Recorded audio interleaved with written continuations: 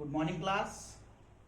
आज life process की हमारी 6th क्लास है और अभी तक हम इसमें डाइजेशन, न्यूट्रिशन और कल हमने पढ़ा था इसमें रेस्पिरेशन। इट मीन्स कि हमने खाना खाया, खाना पचा, ग्लूकोज बना, ग्लूकोज का विखंडन हुआ, ग्लूकोज टूटा यानी कि रेस्पिरेशन हुआ। तो उसके बाद क्या होता है, एक तो हमें ये पढ़ना है, दूसरा कि क्या रेस्पिरेशन सब में सेम होता है। इट मीन्स प्लांट्स भी हैं, एनिमल्स भी हैं, एक्वेटिक एनिमल्स भी हैं, टेरेस्ट्रियल एनिमल्स भी हैं। कल हमने जो रेस्पिरेशन पढ़ा था वो टेरेस्ट्रियल एनिमल्स का था। इट मीन्स वो चीजें जो जमीन के ऊपर रहती हैं, जो पानी के अंदर रहते हैं, उनका रेस्पिरेशन कैसे होता है। उनका जो रेस्पिरेटरी ऑर्गन होता है वो गिल्स होता है और वो लिक्विड ऑक्सीजन के जरिए अपनी सांस लेती हैं। उनमें जो ब्रीदिंग प्रोसेस है उसमें वो पानी को इनहेल करते हैं और अपने गिल्स के द्वारा बाहर निकालते हैं। तो जितनी भी फिश होती हैं, फिश में उनकी बॉडी के पास मौजूद होते हैं गिल्स, वो अपने मुंह से पानी भरती हैं और इन गिल्स के जरिए पानी को बाहर निकाल देती हैं। इसी बीच में उस लिक्विड ऑक्सीजन को एब्जॉर्ब किया जाता है।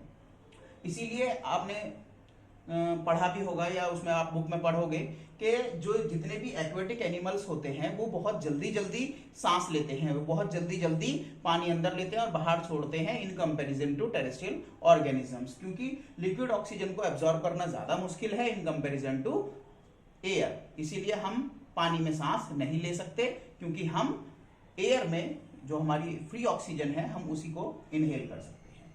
इसके बाद हम इसमें पढ़ेंगे कि प्लांट्स के अंदर रेस्पिरेशन कैसे होता है, वो हम नेक्स्ट क्लास में पढ़ेंगे। लेकिन उससे पहले हमें पढ़ना है कि ये जो रेस्पिरेशन हुआ, ग्लूकोज टूटा, एनर्जी बनी, एटीपी के रूप में एनर्जी हमारी बॉडी में बन गई। अब ये एनर्जी बॉडी के डिफरेंट डिफरेंट पार्ट्स तक कैसे पहुंचती है, इसके लिए भी हमारी बॉडी में एक सिस्टम काम करता है जिसको हम कहते हैं ट्रांसपोर्टेशन सिस्टम।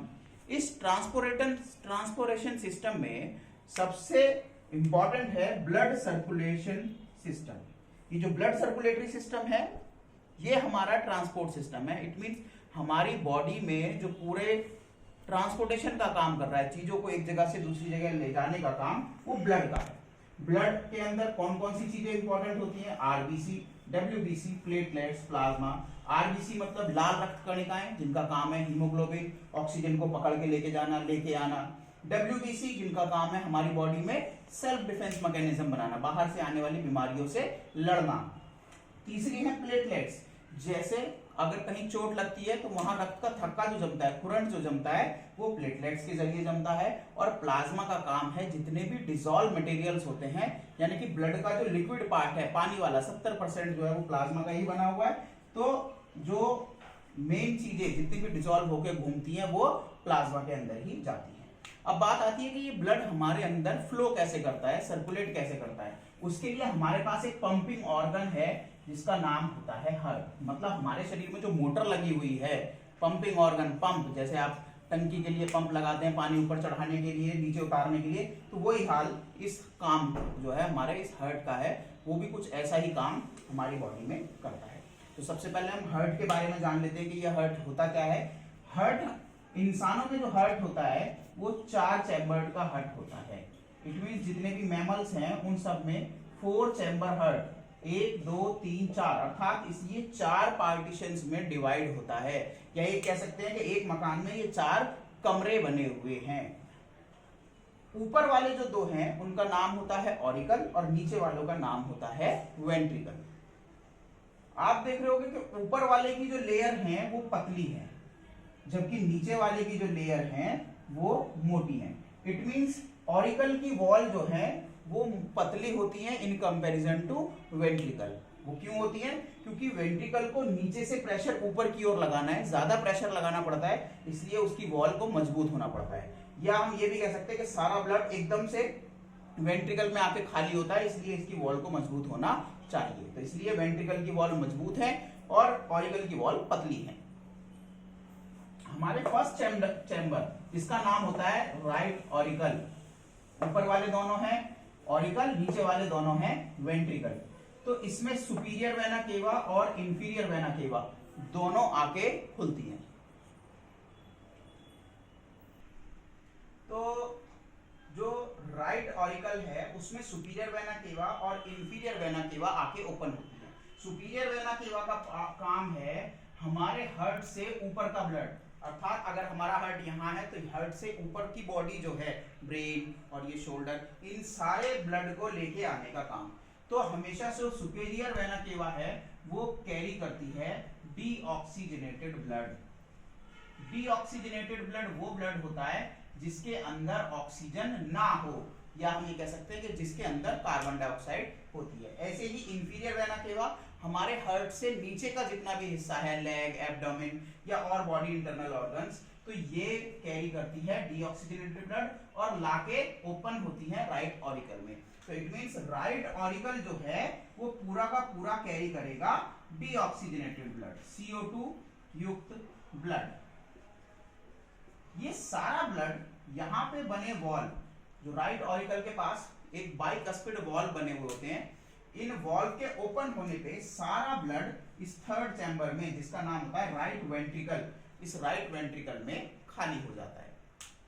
राइट वेंट्रिकल में खाली होने के बाद नीचे जो मसल्स हैं उनमें कॉन्स्ट्रिक्शन स्टार्ट होता है, वो सिकुड़ना शुरू करती हैं और सारा ब्लड इस पल्मोनरी आर्टरी के जरिए लंग्स को चला जाता है। ये पल्मोनरी आर्टरी जाती है और लंग्स में ब्लड लेकर चली जाती है।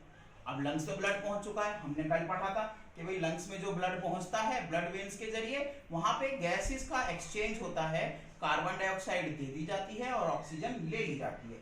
अब वहां से पल्मोनरी वेन्स के जरिए दो पल्मोनरी वेन्स, दो राइट लंग से दो लेफ्ट लंग से पल्मोनरी वेन्स आती हैं और आकर ओपन होती हैं लेफ्ट ऑरिकल में। ये आके ओपन होती है लेफ्ट ऑरिकल में। It means left auricle contain O2 blood या ऑक्सीजनेटेड ब्लड, O2 युक्त ब्लड, हम ऑक्सीजनेटेड ब्लड भी इसको कहते हैं। ये सारा ब्लड ओपन होगा यहाँ पे लगे ये वॉल्व के जरिए, जहां पे ट्राइकस्पिड वॉल्व है, ये ओपन होगा और लेफ्ट वेंट्रिकल में सारा ब्लड खाली हो जाएगा। फिर कंस्ट्रिक्शन स्टार्ट हुआ और इस एरोटा के जरिए हमारी बॉडी के सारे हिस्सों तक ये ब्लड पहुंचता है। तो अब एक बार हम इसे पूरे को कंप्लीट समझेंगे कि ये दोनों चैम्बर काम कैसे कर रहे हैं। पहले तो हमें ये पता होना चाहिए कि हमारी इस हार्ट के जो राइट साइड के चैम्बर हैं वो कैरी करते हैं कार्बन डाइऑक्साइड वाला ब्लड, और जबकि लेफ्ट वाले कैरी करते हैं ऑक्सीजन वाला ब्लड। पहला सवाल। दूसरा ये कि ऑरिकल की वॉल पतली होती है और वेंट्रिकल की वॉल मोटी क्यों होती है, ये दूसरा सवाल बनता है इसमें। तीसरा कि हार्ट में कितने चैम्बर होते हैं। चौथा कौन सी वेन और कौन सी आर्टरी कहां से आ रही है। अब इसमें हम देखते हैं कि इस पूरे काम को होने में समय कितना लगता है।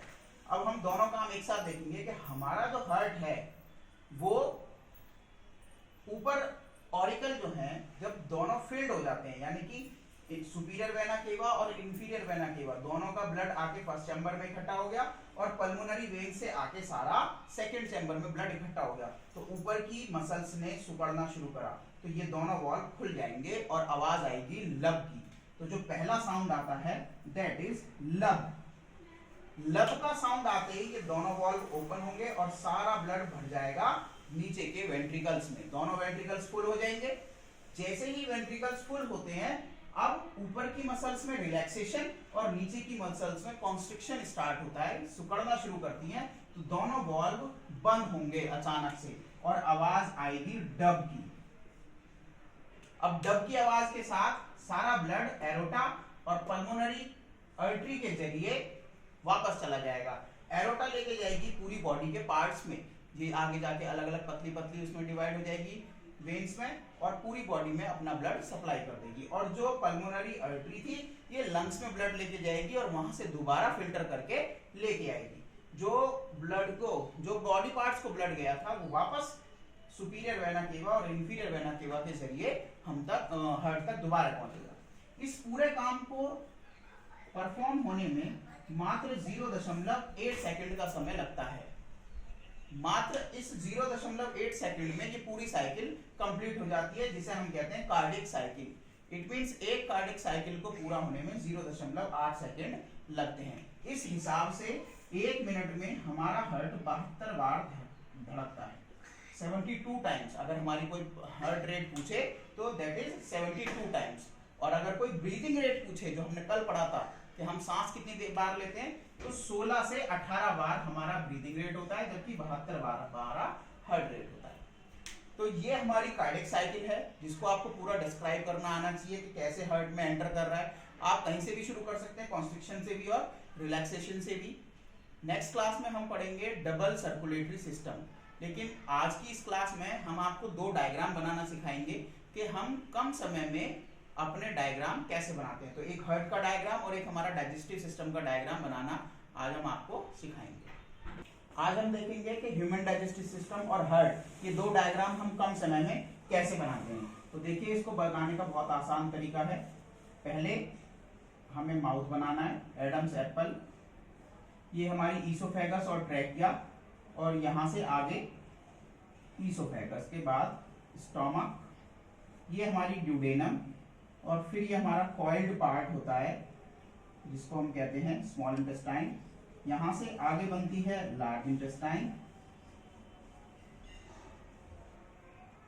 यही मौजूद होती है पैनक्रियाज, और एक ट्रायंगुलर शेप ऑर्गन जिसको हम कहते हैं लीवर, ये छोटे balloon like structure gall bladder. तो ये जो बनता है हमारा, ये है डाइजेस्टिव सिस्टम का डायग्राम। फिर इसकी आप लेबलिंग कर सकते हैं। ऐसे ही हम 30 सेकंड में अपना हार्ट का डायग्राम भी बना सकते हैं। सबसे पहले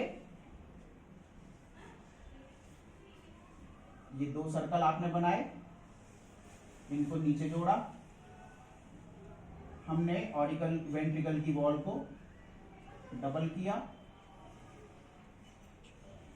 4 पाइप आते हैं लंग्स से, एक सुपीरियर वेना केवा, एक इंफीरियर वेना केवा। यहां से जाएगी हार्ट, लंग्स को जो जाएगा ब्लड, ये हमारा ब्लड जाता है बॉडी पार्ट्स को। ये हमारे 4 चैम्बर बन गए, first, second, third and fourth. यहाँ पे आप इनके वॉल बना सकते हैं। तो आप कम समय में अपना एक रे डायग्राम बना सकते हैं, जिससे आप जल्दी से जल्दी इनके नाम लिख सकें। धन्यवाद।